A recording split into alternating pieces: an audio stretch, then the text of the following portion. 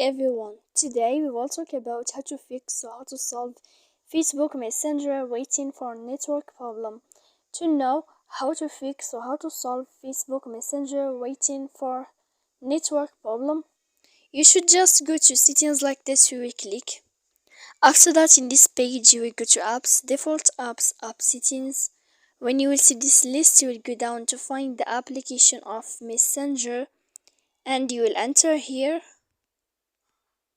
Then in this page you will go to click for stop.